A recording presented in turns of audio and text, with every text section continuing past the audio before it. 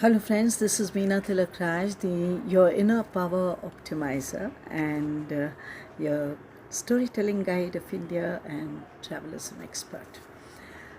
Today I have wanted to connect with you regarding the current situation that we are in, and we are all facing it. And a lot of thoughts came to my mind, and I thought I must share them with you. The first thing that I will share is a little bit of my experience because I have already shared it with you on my other videos. I hope you're watching them. I came back from a tour. I was with some foreigners, especially Italian, French, Germans, Spanish, English. And when I came back, I decided on my own to go for my test because I had been amongst them. And before going for the test, till I did not find out where I'm supposed to go for it, I quarantined myself for 2 days. I went for the test, I got my test done. It was a very, very peaceful experience. The hospital, although it was a municipal hospital, still it was spotlessly clean. And it came as a pleasant surprise, of course. Spotlessly clean, and the nurses, the ayahs, the doctors, so very pleasantly, so cheerfully and so nicely attending to all of us. We did our test. I had to be there only for 24 hours. Actually, it went on to 30 hours, let's say.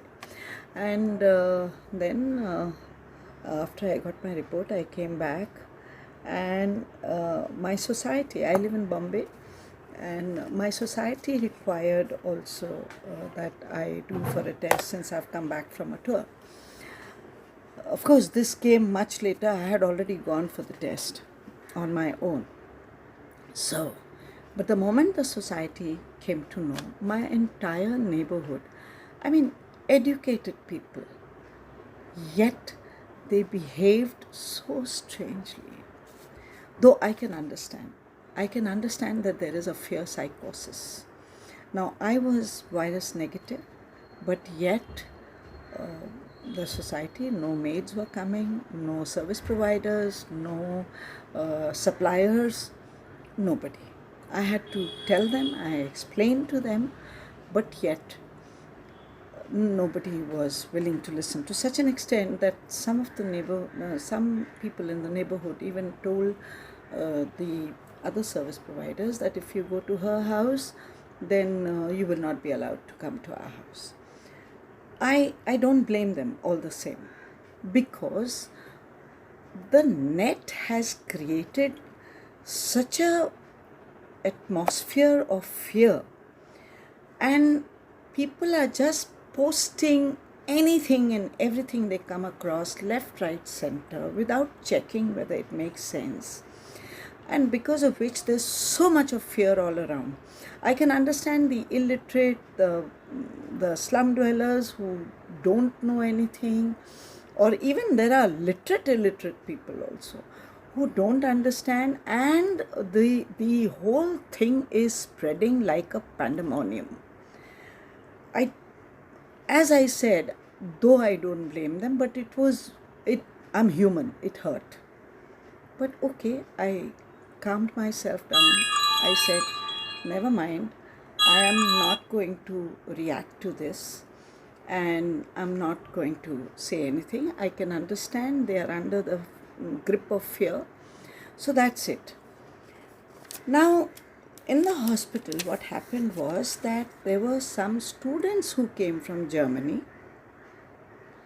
4 of them, and the moment they came directly from the airport, and the moment they came to know that they would be hospitalized or detained for 24 hours, they ran away. They just escaped. Now, I understand that this is what I hear from some rumors, that because their details are with them, and therefore the Bombay municipality and some other authorities are searching for them. Do you understand? The youth feels that they are so powerful that nothing can touch them.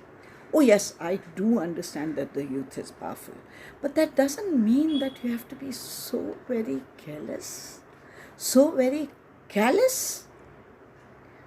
Don't you realize that?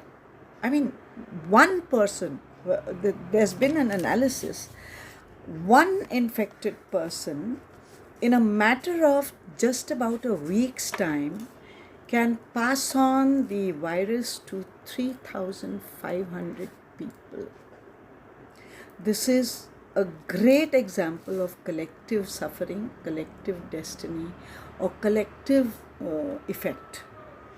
You know, though we say that one person who does a fault and another person who instigates him does double the fault, and the third person who kind of allows it or allows it voluntarily, instigates, he commits 4 times the fault, and the one who just allows it and just goes away without stopping them commits 8 times the fault. Okay, so all in all, one fault becomes 15 faults. But here, in the case of the virus, one infected person can infect 3,500 people within a week. So you can imagine over a period of time how many can get affected or infected. We have seen the results globally now. So, my dear friends, please do not think that nothing will happen to you. Of course, on the other hand, you don't have to be so panic driven that you just go for the slightest symptom, because there are doctors who are saying that please be very judicious. Find out, go to your personal doctor and find out if it is required for you to go, because the hospitals or the testing centers are overloaded. So, we've got to take a balance between the two. Now, along with that, what I see is almost a manifestation of the principle of untouchability. The way people are just, sort of getting scared of one another. I wonder whether now they've understood the real meaning of untouchability, but anyway, that's a different topic. Okay, so my request is that in case, first go to your doctor, in case you don't have to be told by anybody. On your own, go and get yourself checked up by the doctor, and in case required, please go and get your get yourself tested. Please go voluntarily. Now, coming down to lockdown, of course, tomorrow, 22nd of March, has been declared as total close, and like it has been termed as Janta curfew. That means the people will impose a curfew on themselves. Of course, government authorities are going to keep a check also, but it also depends on how much we the citizens cooperate in this and collaborate in this. When I say cooperate, meaning how much we do, and when I say collaborate, meaning if you find somebody else not doing it, please tap their shoulder and tell them, look, this is your duty, please do it.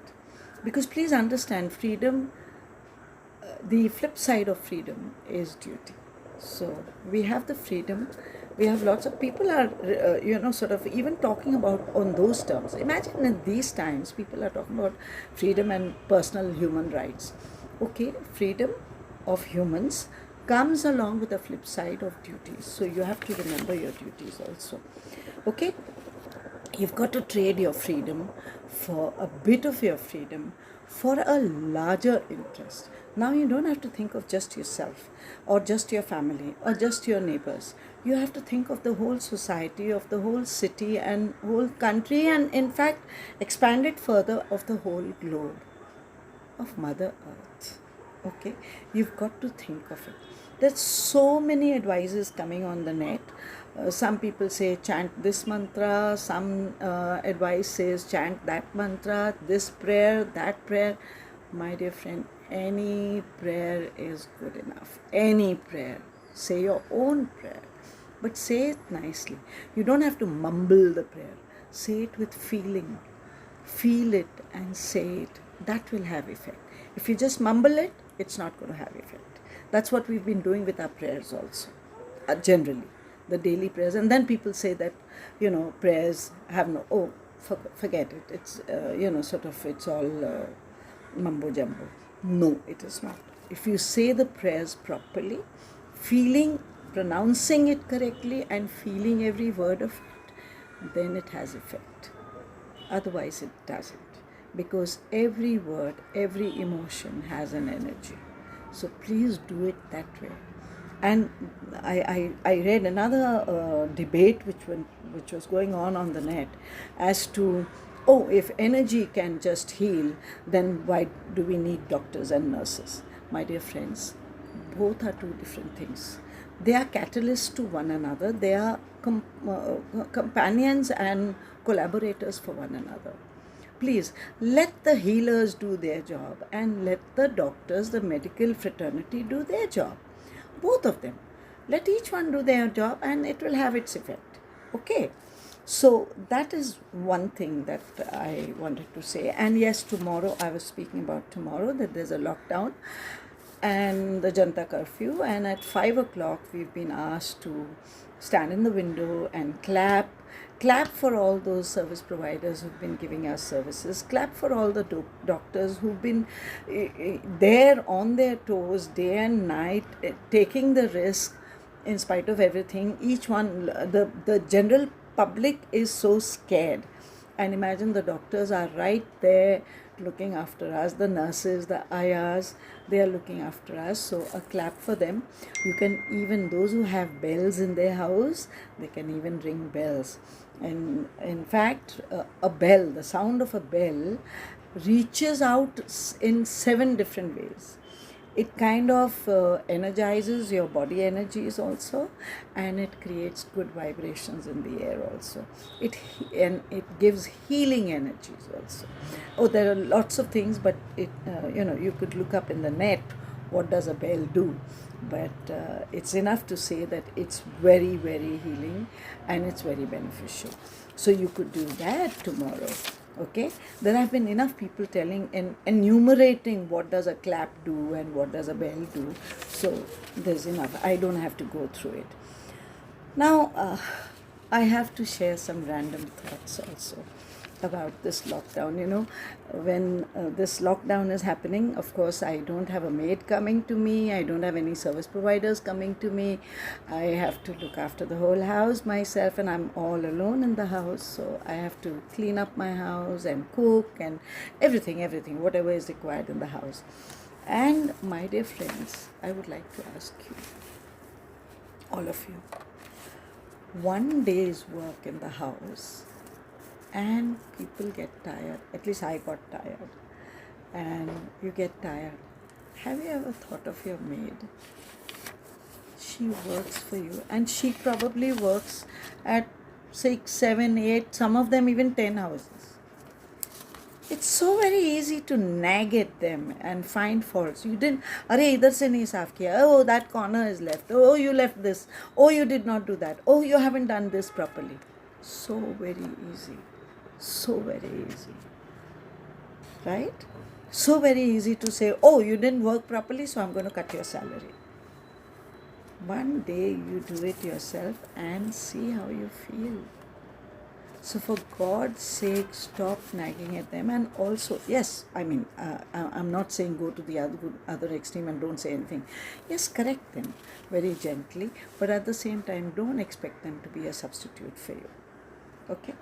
They do some work, and little bit you can always do yourself. You can compliment the work. If she's not done something nicely, okay, go ahead and do it. Go help her. Help them. Use them as help. Use their services as help, not as substitute to your work. Okay? They are helpers. They are not slaves. So, and for God's sake, for these days that they are not coming, don't cut their salaries. We have our companies and whatever. Everybody has something to back up salaries and things like that. These people, this is unorganized labor. They don't have anybody to look after them. In fact, I have my own NGO also, and through which I look after unorganized labor.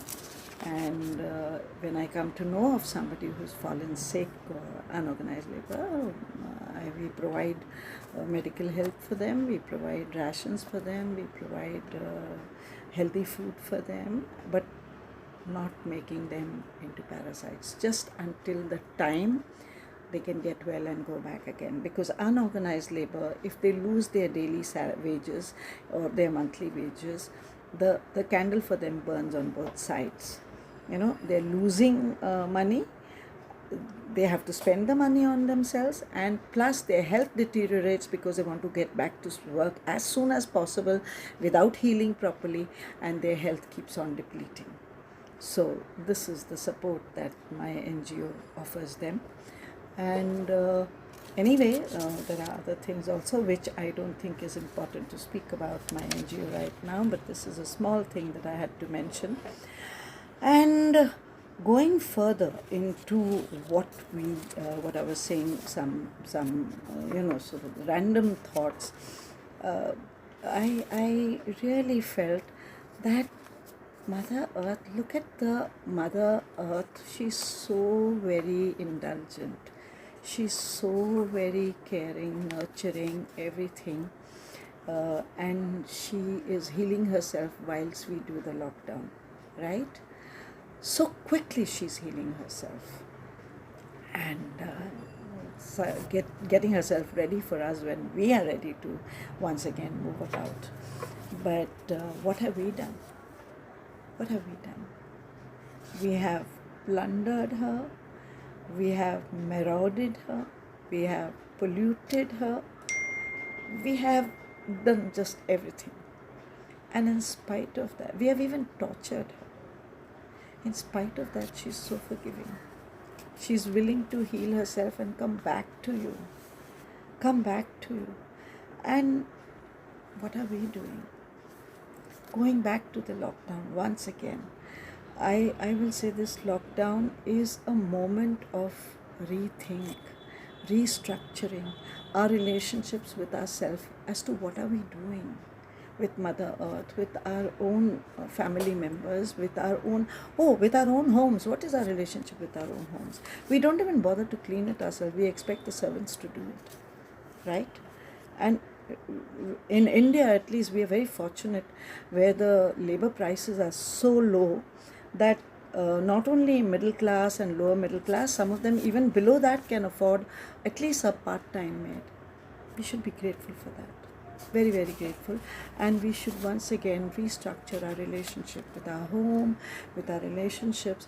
We've been going on to more and even more and even more just for me, okay, and individualistic. My book, my room, my TV, my iPad, my phone, everything is me, all just for me. And suddenly now is the time when we start thinking about us.